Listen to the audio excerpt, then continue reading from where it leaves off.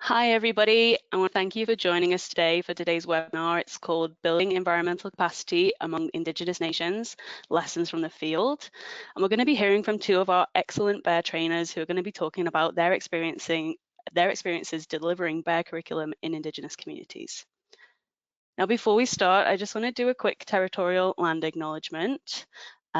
Eco-Canada's commitment to reconciliation starts with acknowledging our honour and privilege to live and work and play within the traditional territories of all Indigenous peoples, from coast to coast to coast, including all First Nation, Inuit and Métis.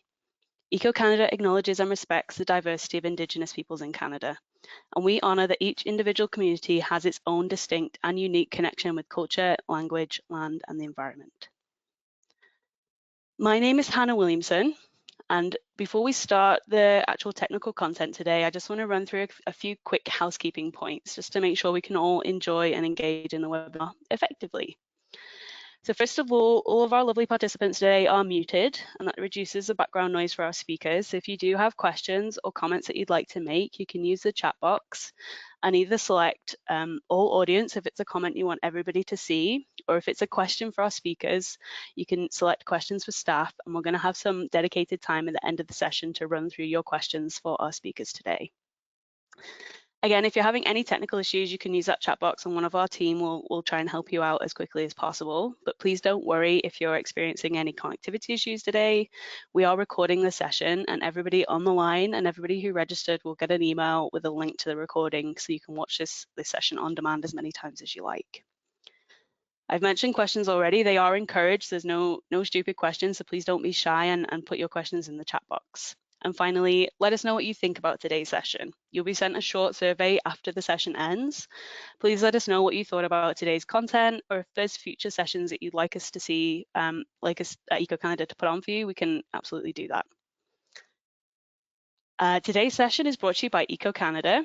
So Eco-Canada is the steward for the Canadian environmental workforce across all industries and sectors. So we champion the end-to-end career development of environmental professionals, and all of our services and programs are really geared to you, the people working in the environmental sector. We don't only train and certify professionals, but we also do our own in-house research to help identify and address labour gaps in the Canadian environmental market. And all of our efforts at Eco-Canada are to promote and drive sustainable economic growth, ensuring that environmental best care and practice is always a priority in everything that we do. Now, without further ado, I'm going to hand over to our lovely speakers. We have three fantastic speakers today. Corey Steeney is the project manager of Eco-Canada's BEAHR program. We also have Caitlin Petrin. She's one of our BEAHR instructors and the president of Origin Consulting. And Carol Crow, again, another BEAHR instructor who's the president of Indigenous Visions. I'm now going to hand over to Corey, who's going to take us through a little bit of background on our BEAHR program. Hi, Corey. Yeah, hey, welcome everybody. My name is Corey Steen. I've been with ECO for a few years now. I work as a project manager and a program lead for the BEAHR program. I'm very, very passionate about environmental sustainability and action towards climate change, and it's been really exciting to bring those passions into a lot of projects we've worked on with the BEAHR program. Caitlin? Hi everyone, my name is Caitlin Petrin. As Hannah mentioned, I'm a licensed BEAHR instructor, and I'm the technical director for Origin Environmental. We do environmental training and consulting for environmental monitoring and compliance work. And yeah, I've got a bit of a more expanded bio in my presentation, so I'm excited to share with everyone my lessons learned and learn from Carol as well. So thanks. Hi everyone, my name is Carol Crow, and I'm so thankful you're all here joining us today. As well, I'll get into a bit more of an intro about my background and experience, but I'm really happy about working with Eco-Canada and certainly have achieved my environmental professional designation, and I'm sure that some of that you can learn about a little bit later. Wonderful. Yeah, I'm just going to give just kind of a brief agenda here. So I'm going to dive into the BEAHR program, what it's really all about, and how you can get on board. We're going to go through the courses that we deliver. I'm going to talk about kind of the main benefits of the program, and then I'm going to pass everything off to our instructors so we can hear firsthand what it's like to be out there, boots on the ground, engaging and building capacity with local nations. And then at the end of the presentation, I'm going to wrap everything up and let you guys know how you can bring your industry or your organization on board as a certified trainer and deliver training and build capacity within your local Indigenous network, or if you'd like to have a BEAHR training program organized for you, those are options as well. So BEAHR stands for Building Environmental Aboriginal Human Resources. And what it is it's environmental employment training that's delivered in partnership with Indigenous nations all across Canada. The goal of this training is that learners that kind of participate in the training gain all of the hands-on practical skills that they need to secure employment in their local labor markets. What's really unique and really leverages BEAHR above every other kind of average environmental training program is that it uniquely braids Western science with Indigenous knowledge for a strengthened environmental delivery approach. So within our trainings, we engage Indigenous leadership, we bring in elders, we bring in knowledge holders, we're out on the land, and we really have a holistic approach to the environmental kind of lessons and field-based activities that we're working through. So what's really unique and really been supportive for BEAHR over the last 14 years that we've been a program is that every single training program that is delivered is completely customized to meet the needs of that local nation or industry partner who's delivering. And what I mean by that is, for example, we've delivered training all across Canada. We're out in Nova Scotia, we're up in Northwest Territories, we're in the Southern Alberta.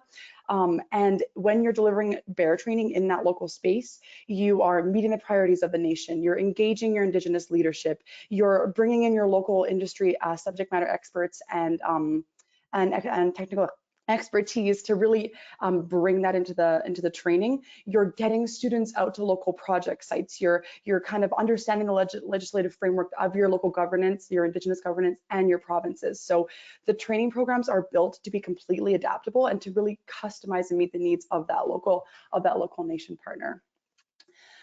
We have had the honor to partner with over 220 Indigenous nations over the last 14 years. We've worked with over 3,500 Indigenous learners through BEAHR, and I believe we're at over like 260 or 270 customized training programs. So it's been an honor to be able to work with so many nations, and it's really just growing from here. I just want to give you guys an idea of the courses that we deliver. So there is BEAHR training that ranges from a whole bunch of industry topics. We have environmental core. I'll kind of go through the courses here for you. So we have environmental core, we have environmental monitoring courses. They range from 2 weeks long. We have environmental site assessment assistance. So you're kind of going through like phase 1, 2, and 3. Contaminated sites remediation coordinator is just kind of how to understand how to assess kind of a contaminated site and clean that up. Local environmental coordinator is a program that really builds community-based capacity on working with environmental projects, managing your team, kind of being that like a community champion from the inside, kind of working from like a community level. Land use planning is amazing. It's kind of working with a nation at the community level, building comprehensive community planning, and looking at how to kind of collect that data and kind of use it in your strategy moving forward as a nation. Solid waste coordinator is a 5-week program that really kind of builds capacity around planning, designing, opening, operating, and closing out a landfill and how to manage that waste within your nation. And then we have 2 brand new training programs that we've actually never, that we're just releasing within the next couple months.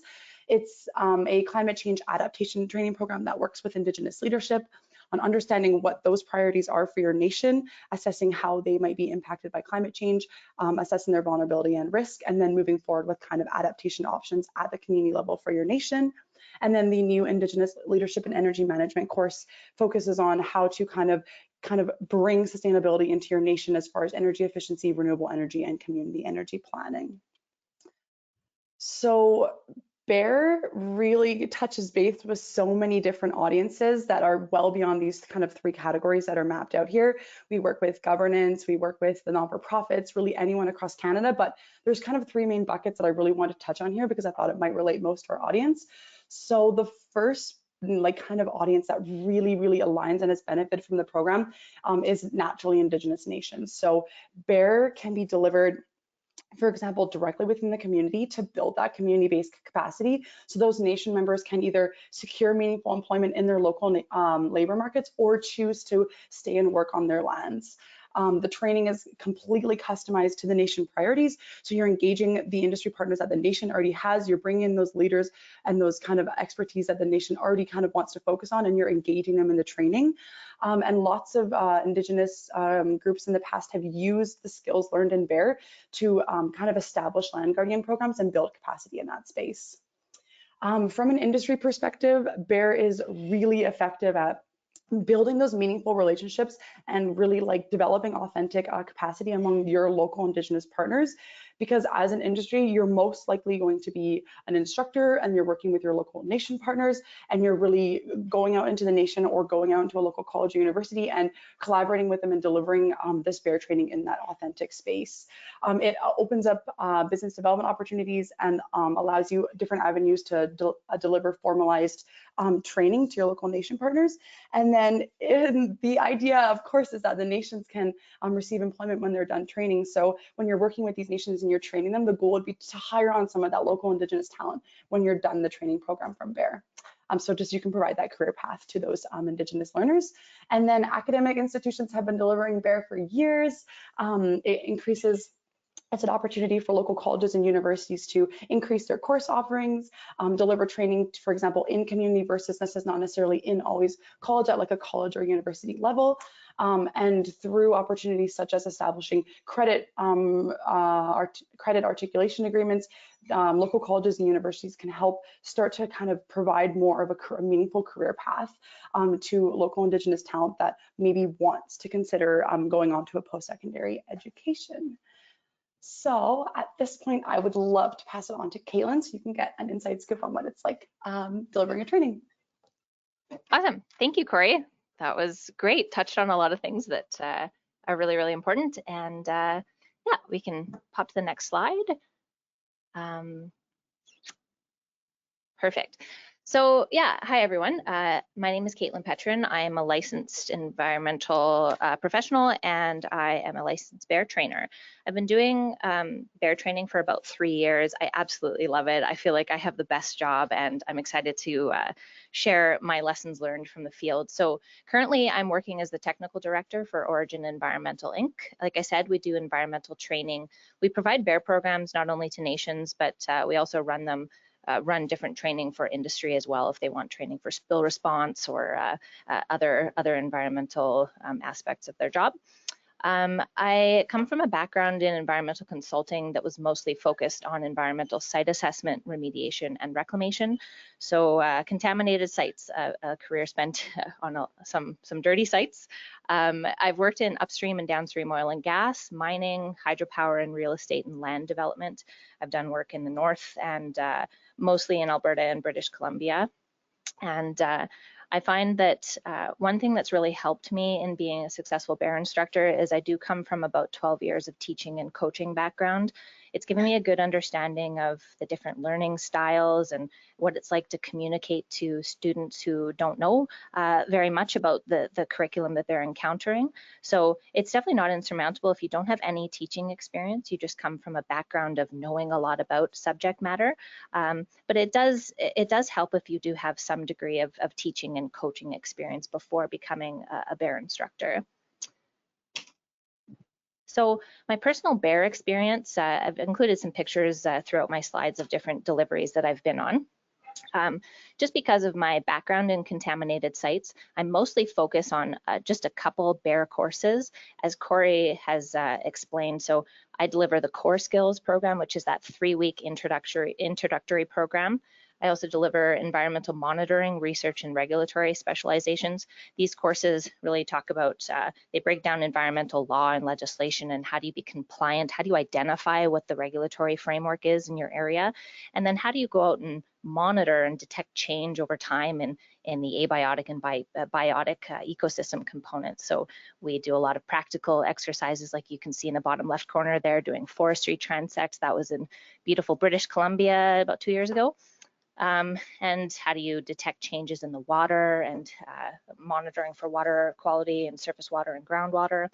And then I also teach environmental site assessment assistant. Again, like Corey mentioned, this is just walking students through what is the phase 1, 2, and remediation and reclamation process for contaminated sites, and how can they assist in that work effectively. So how to take field notes, how to compile site sketches, what do you do with data after you're done. And then I also teach contaminated sites remediation coordinator. This is more of a high level course. We teach about project management and how do you actually run the remediation of a contaminated site program, and what are the steps involved. I've been fortunate enough to go quite a few places in Canada with the BEAHR program. My most recent one was in Yellowknife, Northwest Territories. But I've also taught in Manitoba and various locations in British Columbia, Valemount, Fort St. John, Prince George, and Prince Rupert. I've taught programs that are specific to the community. So for instance, in Yellowknife, I taught one entirely for members of Yellowknife's Dene and Satu Dene peoples. But I've also taught programs where they're in a centralized location and multiple different nations send students. So it's actually been very rewarding to watch in the classroom. Different nations kind of come together and share their cultures and collaborate in the classroom. So it's been really, really cool to see deliveries be successful in that way as well. So the benefits of the program, Corey's kind of walked through a couple of these, but I guess this is the slide about just talking why I really love to be an instructor. I think that the BEAHR program fits a very cool niche. A lot of students coming from nations might have family commitments, they might have commitments to elders or children at home, and it's just not feasible for them, despite wanting to learn more or get further education, it's not feasible for them to go to pursue a 2-year diploma or 4-year degree. They can't leave home. So a program that brings an instructor right to them, works with them, and it's short term. It really breaks down a lot of those barriers to education that they might have. As Corey mentioned, these programs are highly tailored. The instructor can tailor them to meet the community goals and to be really location specific. So it makes them very, very relevant to the job market and to what the students want to do with their careers. For instance, and I'll talk about later in my slides, but programs that I've taught in Northwest Territories have been very, very different than ones that I've taught on the coast of British Columbia, just due to the temperature or the time of year that I deliver the program, or even the interest of the students or the trigger for the program. Maybe one was that students really wanted to get jobs afterwards in local environmental consulting. So that program takes a different flavor. Excuse me, it takes a different flavor than one that was on the coast, where students wanted to form the basis for an Indigenous Guardian program. As Corey mentioned, I think that, sorry, go back. The benefits, again, to me of this program is that the blend of traditional knowledge and Western science that I see in the classroom is crucial. I think that Indigenous conservation efforts are really going to be a part of our future in terms of environmental sustainability and how we move forward in protecting our ecosystems. And these programs, they have a wide range of space to incorporate the students' own perspectives on traditional knowledge. And then it delivers a very factual basis for Western science that the students get to learn. And the benefit, again, of the BEAHR program is that it can also form the basis for an Indigenous Guardian program. I'm not sure what the audience's familiarity is with these programs, but they've been in the news a lot lately. For example, Canada's newest national park is the Tyendinaga National Park Reserve. Members of the Little Kay Dene First Nations actually are the ones out there as Indigenous guardians, and they are administering and they're protecting the land through their own conservation efforts. So the BEAHR program could be a jumping off point for one of those big protection programs. That's good, thanks. So yeah, I've broken up my strategies for successful BEAHR delivery into three parts. So what to do to successfully prepare for a program, what to do while you're delivering the program, and then how to successfully wrap it up and ensure that you've got good closure of that program. So these kind of comprise my tips from my 3 years of teaching. First of all, for new BEAHR instructors and anyone who's in the middle of preparing for a delivery, I would just share the fact that every program will be different. Like I've mentioned, my programs, I've taught core skills a number of times now. Every single time I've taught it has been radically different. This is just because obviously there's different locations, but there's also different environmental issues in Northwest Territories versus Valemount, British Columbia. So make sure that you understand as an instructor, if you've never been to an area and you're going to teach there, make sure that you understand the local context that you're stepping into. And then be prepared to listen to your students about what they think is important as well, because I also want to make sure that my students are interested in what I'm teaching. So if they want to talk about forestry and I was prepared to talk about oil and gas, guess what? We're talking about forestry. It's also very, very important to engage the nation early in the planning and make sure that you understand what their goals are for training. So if they want to start an Indigenous Guardian program after the BEAHR training is done, make sure that you prepare the students for that. Make sure that you give them the foundation and you really drive home what is important for them to know. In Yellowknife, the trigger for training was mostly just building capacity within the students to go out and get jobs.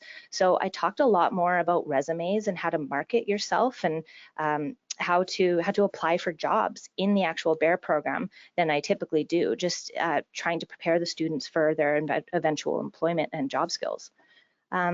And yeah, make sure that you try and reach out to as many local guest speakers and plan for attendance at local events as possible. Like I said, the greatest thing about this program is that you can customize it to wherever you are, and you want to make sure that you are not just teaching this static, kind of boring text. You're actually making the curriculum come to life by bringing in local elements. Make sure, so like I said, each program will be different. It's going to change. So just make sure that you obviously prepare loose lesson plans and the schedule so that you get all of the 3-week, if you're teaching a core skills, make sure that you get all of it done, but know that things will change.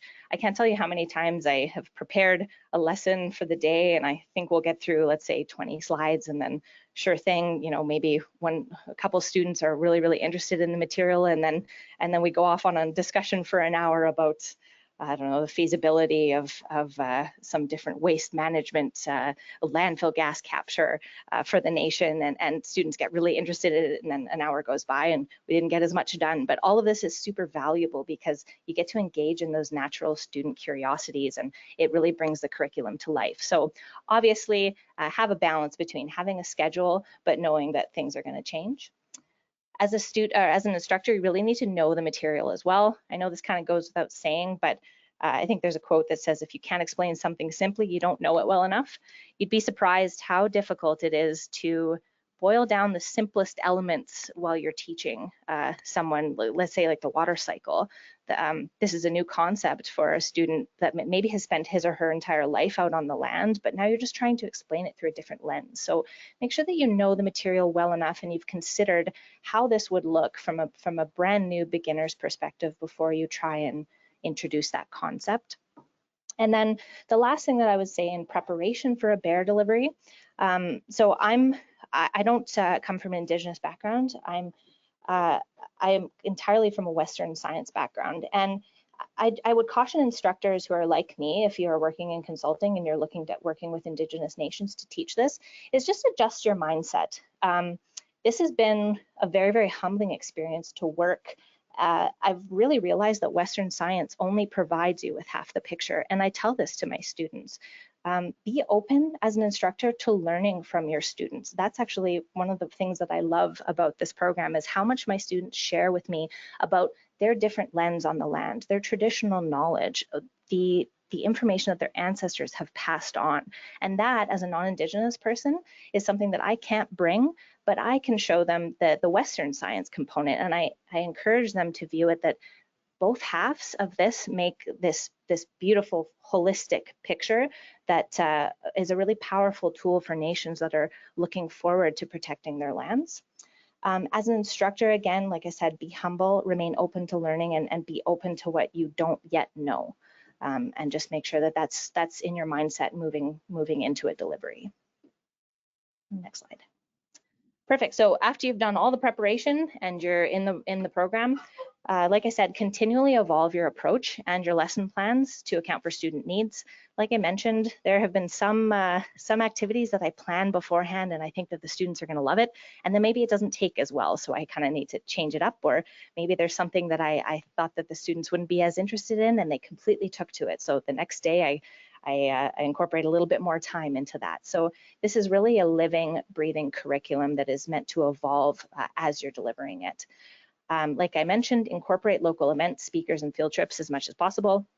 Can't tell you how many times I've gone to a new area and I've been, after class out grocery shopping and I'll see a flyer for an open house or a job fair or something, or maybe some environmental consulting group is putting on a presentation, and boom, I try and incorporate that into the program because it's just that much more valuable for students. I think anyone who knows anything about learning and teaching knows about the different learning styles. And if you come from a Western science background, I would assume that you are mostly a tactile learner. I love soil sampling. I love getting to put my hands in the dirt. And for students, 9 times out of 10, a hands-on learning practical activity is more valuable than text. Obviously, you want to have the program, you want to have the in-class lectures, you want to have the PowerPoints, which BEAHR has, you also have textbooks, but those practical activities really allow students to connect with the material. So I've got some pictures there of some hands-on activities. A couple slides back, I think you saw there was a student sampling soil out of a bucket.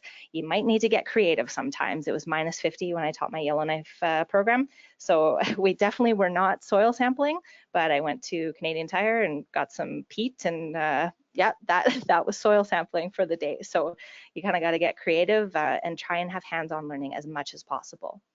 I think the number one thing that you want to do as an instructor, you're obviously there to teach the curriculum, but you want to inspire confidence, I think is your number one goal, and build relationships.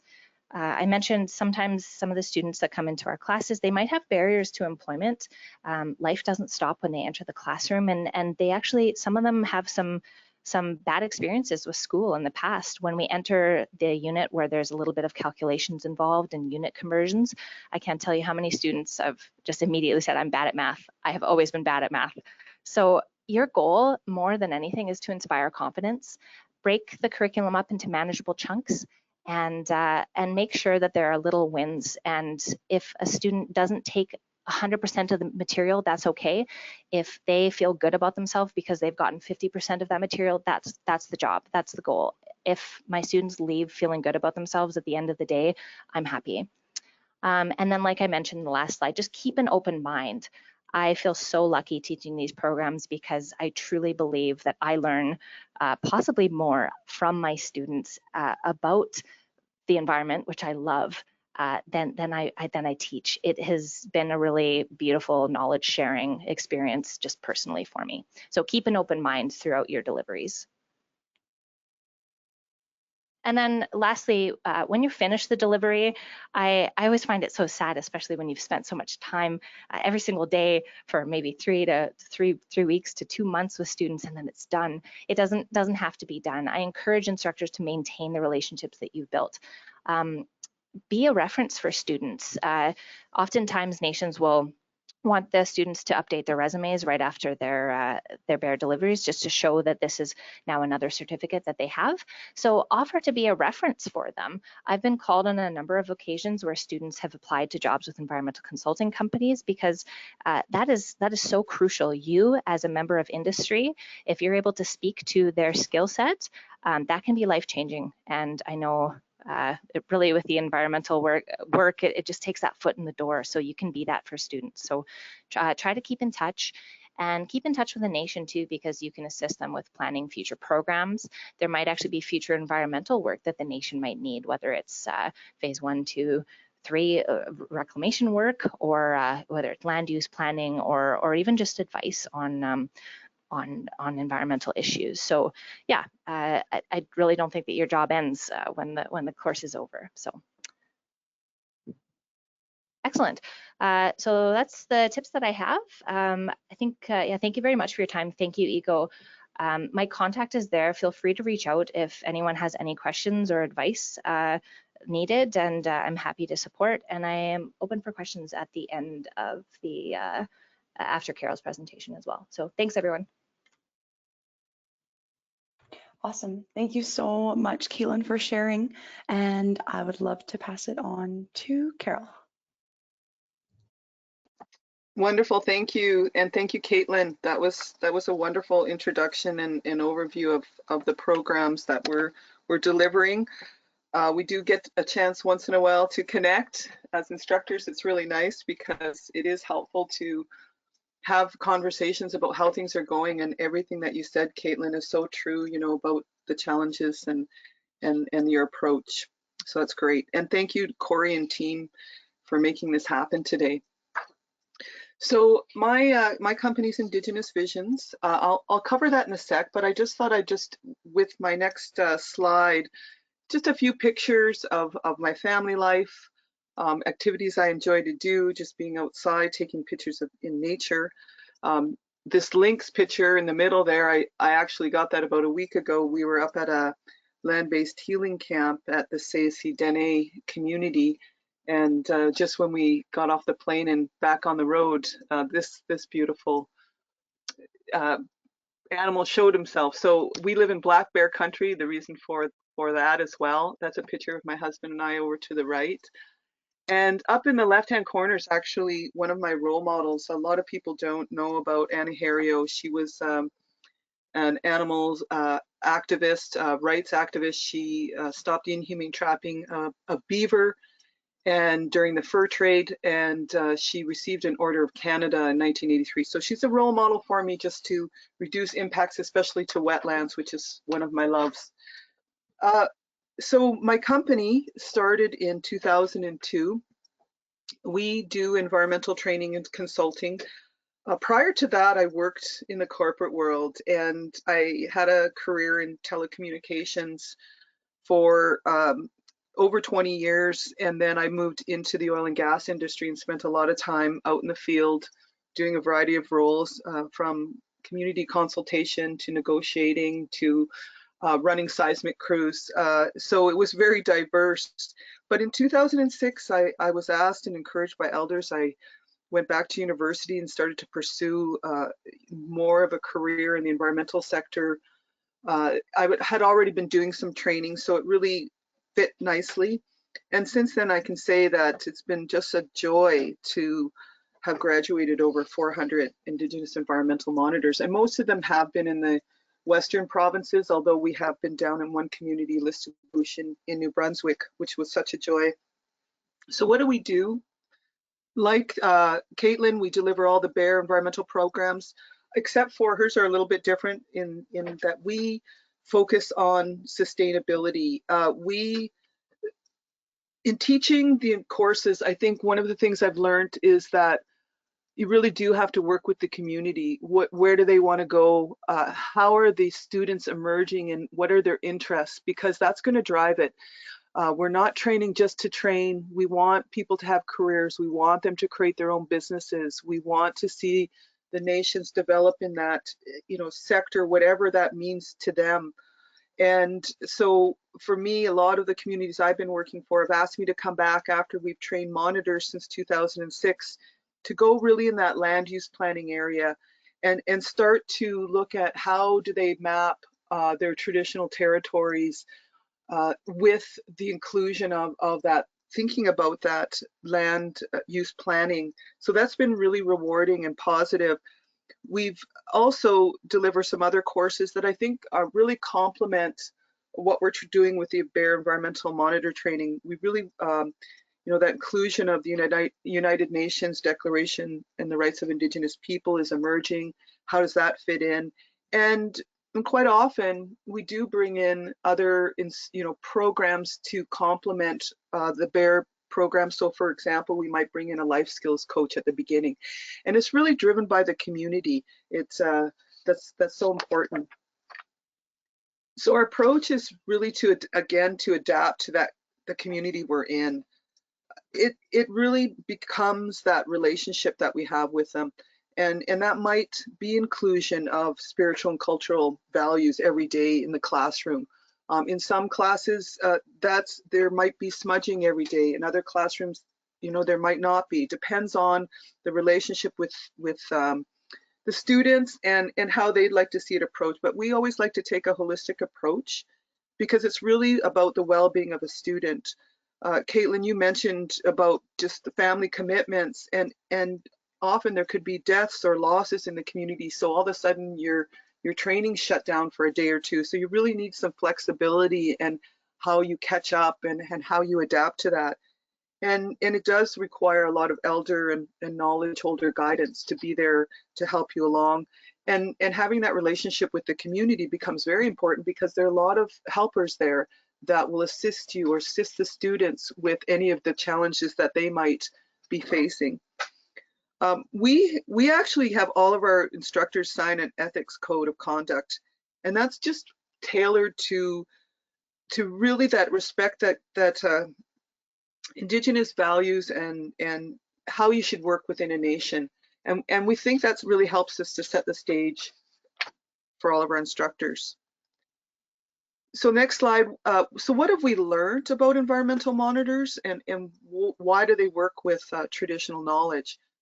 One of traditional ecological knowledge, traditional knowledge, those are very much Western words that have been developed. Most Native communities will have, well, they do all have a way of speaking about their people of the land. So where I come from, it's Anishinaabe, and that's people of the land. So it defines, that's really the relationship of what traditional knowledge is, people of the land. And when we're working with monitors and the elders and our scientists, we want to first look at identifying the past. We want to always look past, present, and future of anything. There's so much loss of sacred sites, and we want to make sure that we're involving all the right people. That doesn't always happen, but we do our best. So we want to make sure that the students have access to the knowledge within the community. We always like to look at what the community concerns are, and that's where projects come out. So we don't always know what the project that we're going to work on for the whole course, because we always like to develop some local projects. Maybe they have a proposed development within their backyard, or maybe there's an existing one that has some issues, like some old buildings with asbestos in them, or maybe there's been some contaminated sites. We're working on one with PCB. Everywhere we go, there's water issues. So we really look at what is the major community concerns that the community has, and we build that into the curriculum so we can work on those. We always map sacred and protected sites. That's a very sensitive issue because sometimes those sites the elders don't want on a map. They want it, just circled. We'll do whatever guidance they give us because we know that becomes a big concern. And of course, evaluating the health of water, soil, air is always paramount for students. They want to understand it both from Western science and from Native science, because that's, listening to their elders, the indicators that they have for different elements out there. And the Western science, well, then they can test it and evaluate it and see if it matches, because to us, the story should match the science. And if the community says the moose aren't well, then that science should be able to along with it, should demonstrate that. There's a lot more harvesting of wild and edible and medicinal plants. I think since the pandemic, it's increased. Indigenous people are out learning more. We see lots of women's gatherings that we're having. Just finding ways to incorporate this, and many of a lot of the people that I work with outside of the training are monitors, and they're participating in this because this is very important to them. We also look at how do you manage an ecosystem? How was that done traditionally? And really, it's that long-term approach that we're looking for. The more we have monitors out on the land, the more they're going to see those long-term cycles. And if you've been around the earth as long as I've been, you start to see the cycles. So we look at monitoring seasonal sites, both residential and ceremonial, and that becomes important for them to protect long-term. So this slide is just to really say that there's a real movement as well to name places. So we really try in our programs to name places in that Indigenous language. What do the elders call that place that we're going to? One thing we've learned is that we really need to be sensitive to that intellectual property of a community.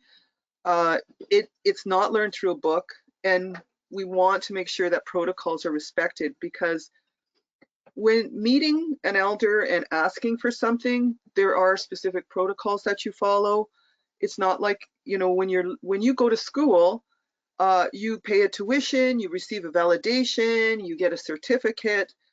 Asking elders knowledge in our capacity isn't that role. We're not looking to be certified under them, under their way, under their protocols, to be that medicine, you know, person, or to pick or anything like that. We're there to help them protect and reduce impacts, and I think that's really important part of our role. The next couple of slides are just more testimonials, because I always think it's the students' feedback that makes the biggest difference. And this young lady, Jennifer, she took her program a few years back, and she has just been amazing. She's actually went through, since her work, she now works for, for Enbridge, and she's a senior monitor. She's also a pipeline inspector and still lives in her community. So she's really went more on the industry side, which is remarkable, because I think that just shows that she can still, you know, live her cultural activities and life, but still contribute greatly to development. The next slide, this one is a little bit more lengthy, and you can read it from Christopher, but this testimonial, I think this is what helps me keep going in the work that we do.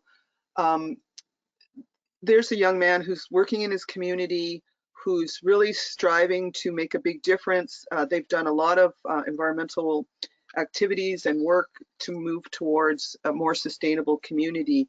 And for me, that's where it makes a difference. If we're seeing young people, and there's many of them, who have even started their own environmental monitor company, and they offer their services to nations around who don't have monitors, and just help assist in some cases. So we're actually seeing the young people who are really doing well and successful based on taking this program.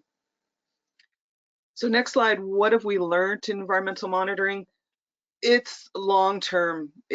We're getting there. It's been missing in the Western context of monitoring. We do a lot of short-term monitoring. It's in out. It's a quick review, but that real, true long-term monitoring isn't happening. And I think that's where we can go, not only from there, but as young people learn more about their traditional knowledge, the knowledge that the elders share with them, they're going to be able to come up with future innovations, with climate change, with new technologies, from knowing both worlds. And that becomes very much important as we move forward. So if we go to my last slide there, future inclusion of traditional knowledge, we're seeing communities move to land-based education, which is so exciting, because that means the youth are going to be so much more engaged in their cultural heritage, their knowledge, being on the land, interacting with wildlife and plant life, and just knowing those waterways. And that's a hot topic today, because we are talking about a future with Indigenous-led approach. And so this capacity becomes even more important, because it's really about our youth having that knowledge transferred to them, because when you're out there with an elder and you hear the knowledge and you hear the level of just wisdom and ancient wisdom, you want that transfer to a younger person. It's the only way that we're going to make change. and that respect of honoring the women, the youth, the elders, so that it won't be lost. And you know, when you're out there with an elder, it's like a library. You're with an entire library, and it's such a beautiful time to be working with communities. I absolutely love my work. I feel very, very blessed to do this work. And I hope for all of you that are thinking about becoming instructors that you can reach out to myself as well if you need some coaching or training or help along the way. That's really great to see this, because we want to see this move forward even bigger. So thank you very much to everybody for joining us, and thank you, Corey, and I'll turn it back to you. Carol, thank you so much for sharing. It was beautiful. Beautiful to hear from you. I am quickly at the end here. I know we're short for time, but I'm going to dive in on how you can get involved in the BEAHR program. So one of the first opportunities is to become a BEAHR trainer. So when we're looking for trainers, what is Eco Canada looking for? So we're really wanting you to at least have 4 years of practical field-based environmental experience under your belt. To be a really good instructor, you need to know the content. More is better. We have many instructors who have 20+ years of experience, and they really do a fantastic job out in the field. We're looking for some level of formal education. It's not a mandatory requirement, but we want to make sure you understand the content that you're delivering. Do you have experience as a teacher? Do you have experience in mentorship? Do you have relationships working with your local Indigenous partners already? And safety is key and huge for BEAHR. So do you understand and have your basic safety industry tickets and qualifications? So those are what we're looking for in a really fantastic trainer. And if you want to reach out, get more information, or you want to apply as a certified trainer, you just have to email BEAHR, BEAHR, at eco.ca, and I will send you the application form and coach your organization on how to get on board and deliver training. There are some costs with bringing your board team on board, and I'll walk you through those if you reach out to me. And now, so organizing a BEAHR training program. So there's really two main kind of options or models on how BEAHR can work with you in your organization. So model number one is your organization, whether a non-for-profit, whether you're an academic institution, whether you're like an industry, no matter who you are, as long as you have the environmental expertise, you can become a certified licensed BEAHR training organization where the experts, environmental experts on your team become certified BEAHR trainers, and then you're taking our curriculum and you're like delivering it in partnership with your local Indigenous network. So that is the most like authentic, it's the most kind of supportive way that you can get on board and be a trainer. And not only can you deliver our BEAHR training to your Indigenous network that you are kind of building those relationships with, if there is other nations across Canada that kind of call and reach out saying, you know, we're looking for this training offered, those opportunities to kind of fly across Canada and establish new relationships in new provinces with other nations and deliver training are available to you as a certified instructor in our network. And then the other option is if your team doesn't necessarily want to be a licensed certified trainer, but maybe perhaps you're an industry partner or perhaps you're a nation and you want to have a customized training package like kind of built and organized and delivered for you. We have an incredible suite of amazing trainers all across Canada. Carol and Caitlin are like incredible. I highly encourage you to reach out to them if you're looking to have them partner with you and deliver training. If not, we have a huge network as well all across Canada and with a wide variety of expertise.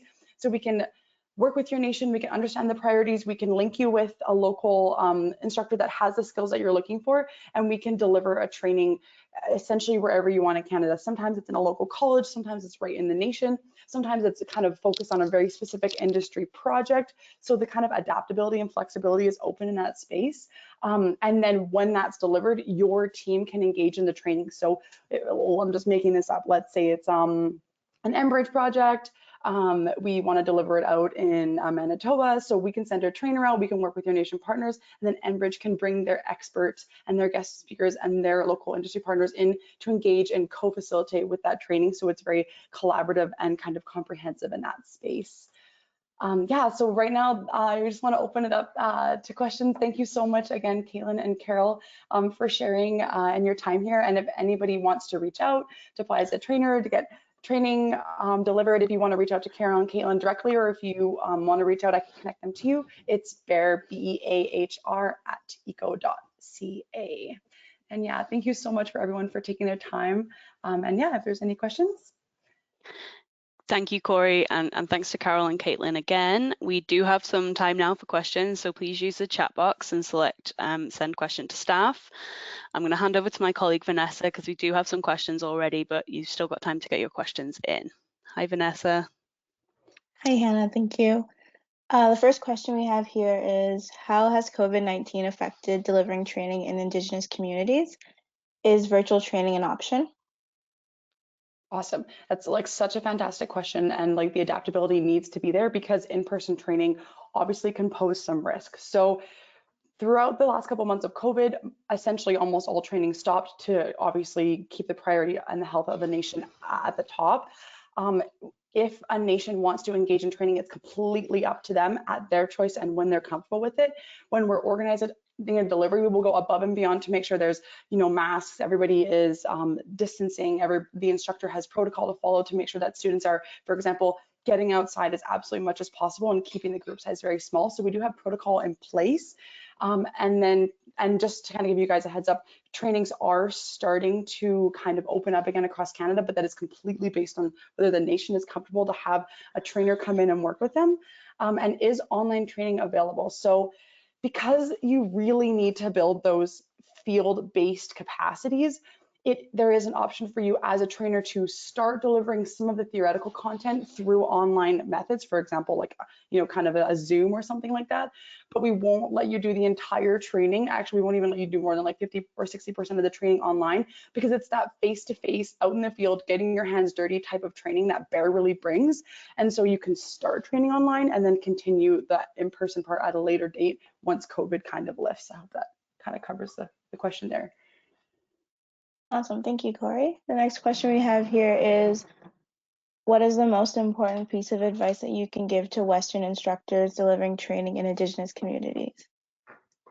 I hear this so much from so many non-Indigenous instructors, and it's exactly what Caitlin has hammered home 100 times. It's like, just come in with an open mind, and it is probably just crazy how much you will learn and you will grow and how much you will get as far as knowledge and relationship and kind of just beautiful opportunity to engage. And probably maybe the mindset shift, like even in my role here, I'm not exactly an instructor, but just working and developing new curriculum, engaging with nations across Canada, and like learning more and more about an Indigenous perspective to environmental practice. It's so holistic and it's so needed and it's so non-linear. It's essentially what environmental work should be today. So I think the learnings that you will get from the nation is probably the take home in BEAHR. Yeah, I guess I can also speak to that as well. Corey really hit the nail on the head there. I kind of figured maybe someone might have this question, and so sorry, it's Caitlin. Hi. I'm sure you can see that I'm talking, but yeah. So I come from a background strictly from Western science. I'm a non-Indigenous person, and that was, I'll be honest, it was a big source of stress for me when I first started teaching. It took me probably about 10 minutes in the classroom, and I realized that actually the students are so receptive. If you are humble, if you are very open about what you do know and what you don't know, and if you ask for knowledge, they will provide it. It's been the source of many laughs. I taught a program in the Situ-Ayasi Cree Nation, that pronunciation, thank you to my students for that. But I was very open about, like, I'm having difficulty pronouncing this name. Can you help me? And when you go into it with that kind of attitude, they are so excited to teach you about their culture and share with you about the things that you don't know. And so that my biggest piece of advice, I guess, is be open about what you don't know. Obviously have a degree of cultural competency so that you know how to be respectful, but ask questions of your students. and remain humble and inquisitive and learn as much as you are going to teach. So think of it as a two-way street. Yeah, that's my comment there. And I'll just add, I think it's also equally important to participate and know your own local community. Get involved with activities. You know, have that network of Indigenous people outside of your work life, because that's how we work together. We have, you know, gatherings, get-togethers, whatever activities are going on. Participate, and I think that's how you build your awareness and relationship with different communities, and I think that's a critical part of it. Awesome, thank you. The next question we have here is, what can I do to increase my Indigenous awareness knowledge? I would love to find out more. Yeah, I'll let Caitlin and Carol speak as well. There's a couple things that I can think of. There's this gorgeous program that's for free online from the University of Alberta. I believe it's like 12 sessions, and it just really goes through like history and cultural awareness and cultural sensitivity. And I believe it's free online, so that's a really beautiful place to start. I know you could also organize like kind of like an Indigenous kind of cultural awareness one for your organization and start to see how you can implement kind of an Indigenous perspective in kind of your workspace, and just increasing that cultural awareness. So as an organization, that would be a really good approach. Maybe Carol and Caitlin have a few really nice ideas. I feel like I just kind of touched on that earlier there, just saying that get involved, know what's going on in and around your community, because that's having an advisor, somebody who you can speak to, cultural advisor almost. I have one, and you know, that is important for my company. I'm Indigenous, but I still need that. Every nation's different. We have so many communities across this country. Everyone's, you know, not the same. And so you need to go in there with some understanding. And if you have those coaches around you or helpers that can just help you along the way, I think that's really important in that relationship building. Yeah, thank you, And Carol. I guess I'll add to Carol's, if you're coming from a Western science perspective, as I am, and textbooks are your thing, there are so many resources. Just start reading. Start reading about Indigenous culture. Like I said, there's only so much that you can learn from there. So when you start kind of when you start thinking about this as being a career path, it's incredible what you'll notice. When I started doing this work, I started to see all of these, you know, webinars pop up, and you know, the University of Calgary was offering a sage picking workshop, so I showed up at that, and I learned so much there. Every course that I teach, I'm invited to different events, and I just get to build my own personal and professional network, and the learning kind of gets kickstarted that way. So keep your mind open and kind of take it upon yourself to build that knowledge, and you'll find it. Yeah, ECO I is. would also. Oh, sorry. Go on, Corey. I was going to say ECO is going to be offering a few Indigenous 101 webinar sessions in the near future. It's going to be on cultural awareness. It's going to be a little bit on history. It's going to be on UNDRIP and TRC. So those will be available to you guys, and we can provide those links perhaps in the future. And they'll be available on the website as well.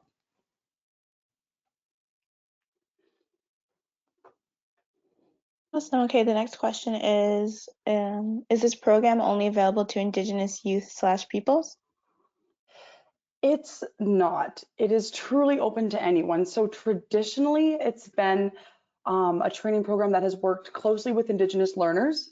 However, there has been many successful trainings, and Caitlin has been a part of some where the training program is hosted, and Indigenous and non-Indigenous learners are did participate together and learn. And I think from my perspective, it would be really beautiful as a non-Indigenous person to be in that classroom and be able to share those two different cultures in the context of kind of an environmental practice lens. So if you're going to be delivering this training, it's not purely at all to Indigenous learners. It is open to both. But that the training curriculum does really encompass that Indigenous perspective in the environmental space. Yeah, I have had multiple deliveries that have had both Indigenous and non-Indigenous students in the classroom learning the same content. The phrasing of the curriculum is for an Indigenous learner, but as I actually found those programs to be really valuable because I watched the Indigenous students and non-Indigenous students learn from each other in the classroom.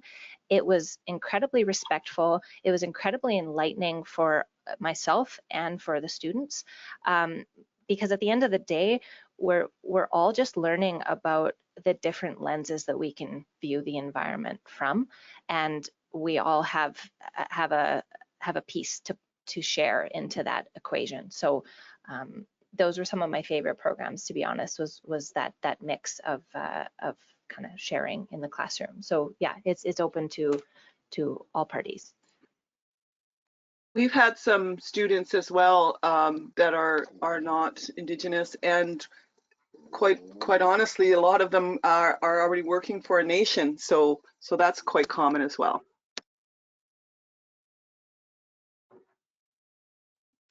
Just a couple more questions here. The next one is, there was a mention of an ethics code of conduct signed by instructors. Is this an internal code or part of a larger initiative with other training groups? I'll quickly touch and then I can let Carol finish, so that was not an Eco Canada ethics code. That was an opportunity that Carol works on with her own trainers, and it just kind of shows how if you're going to be, for example, if you're going to work with BEAHR, if you're going to have your organization kind of come on and be BEAHR trainers, you can adapt and you can build in these types of kind of processes and kind of opportunities for your own staff and make sure that it aligns with your organization's mandate. And Carol, you can touch on that, but it wasn't an eco thing. That was specifically with Indigenous visions.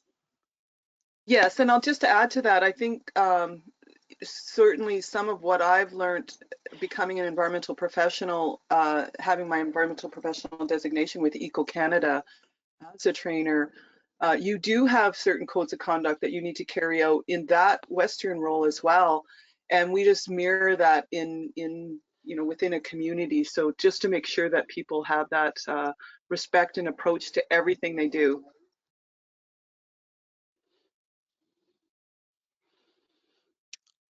Thank you. Next question is, what is the smallest group that BEAHR delivers to? Yes, there really isn't an answer to that. So we really encourage at least 4 learners in the class because you really want to build that group environment. We've had anywhere from 4, I think our largest class was like 30 or 35 students. A good class size is 8 to 12. But we've also had a trainer work with one individual student in Saskatchewan, and she delivered the entire BEAHR training while she employed that local Indigenous talent. And so she was able to fully adapt the program, graduate her, and it was just one person that went through training. So we recommend a group, 4 or 5 students. 8 to 10 to 12 is a really good size. Maybe 30 is a lot, and you want to have like a support person working in the classroom with you to make sure you can, touch base with all the students. And there isn't really a minimum number. I just want to add to that. I think that's an important aspect because when you get too large, especially for the environmental monitor program, you really want to be able to graduate that student with boots on the ground when they leave. You want to know, because a lot of times they're going right into an industry project. So you really want to have the size that complements their ability so that you have that one-on-one. And as Corey said, just having that helper would be necessary for that size of a group. Totally.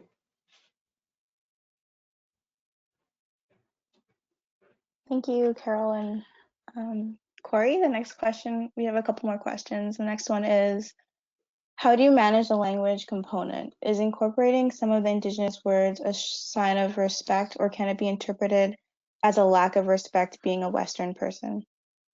I'll let Carol mostly speak on this, but just to give you kind of like the logistical space from BEAHR. So all the training programs are in English.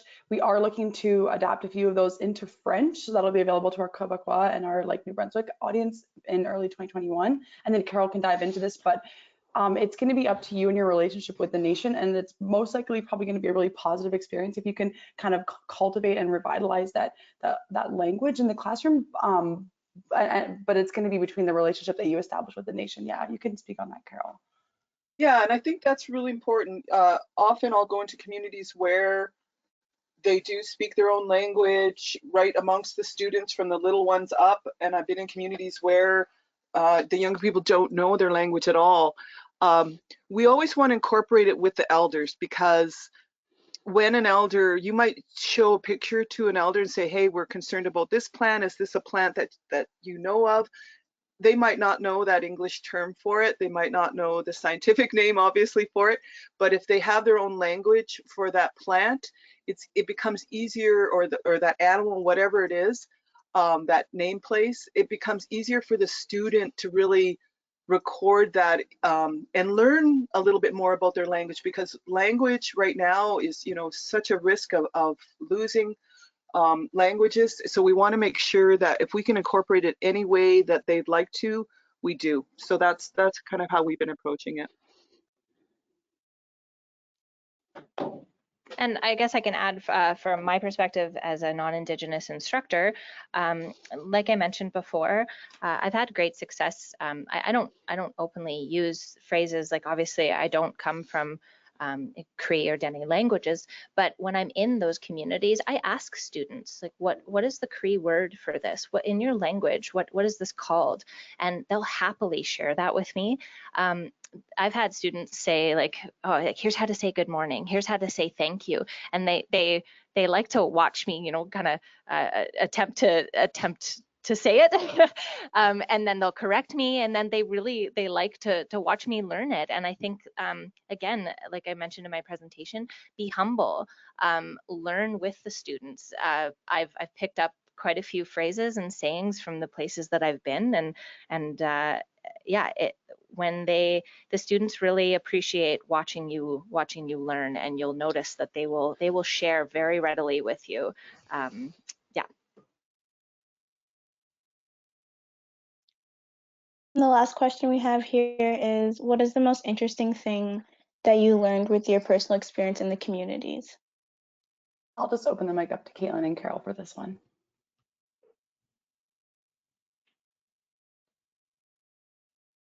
Caitlin, what do you got? Oh boy, that's a tough one. I'm going through the Rolodex of all of the. For me, it's just that relationship and the unity that it starts to form. I feel like through all of the different courses that I've had the blessing to bring together monitors from different communities to meet each other through social media and different methods, it's that unity of sharing an overall perspective that we can become more sustainable and reduce the impacts to our beautiful Mother Earth. I mean, we have such a beautiful forests and places to go that students enjoy, and I think that unity and sustainability that we're working towards is amazing. Yeah, I'll echo that. I think I can't pick one thing that has been the most interesting thing that I've learned. I think it all kind of boils down to, for me, coming from a Western science perspective and now teaching Indigenous learners, I have been absolutely floored. I kind of thought that, Western science was completely different than traditional knowledge and traditional sciences. But the more that I work with Indigenous learners and I hear their testimonies and I see how intimately they understand their environment, their land, it's been quite a cool discovery for me about, we're really just Western science, traditional science, we're looking at two sides of the same coin.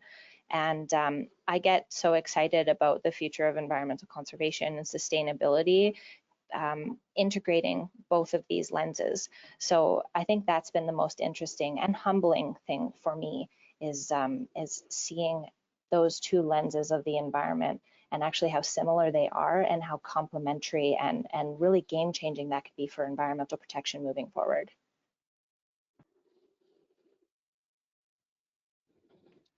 Awesome. Thank you, Carol, Corey, and Caitlin, for answering all these questions. I'm going to pass it back to Hannah now to finish off the webinar. Yeah, a big thank you to all of our speakers today. It's been so inspirational and really special, actually, to hear your experiences and to share in your knowledge and expertise. What fantastic advocates you are for our BEAHR program. And just a big thank you as well to everyone on the line. We did go slightly over time, but just because it was such interesting questions and such interesting content from our speakers. Corey's already covered it slightly, but we are planning a series of 3 more webinars all around Indigenous awareness, and we can send those, once we get those scheduled and up on our website ready for registrations, we can send the links out to everyone who attended today. And Corey's email's down there on the screen. If you do want more information about the BEAHR program, I do encourage you to get in contact. And thank you so much for joining us today. I hope that you're able to make it to one of our future webinars. Thank you so much, everybody. Thanks, everyone. Thank you. Yeah, thank you so much, guys.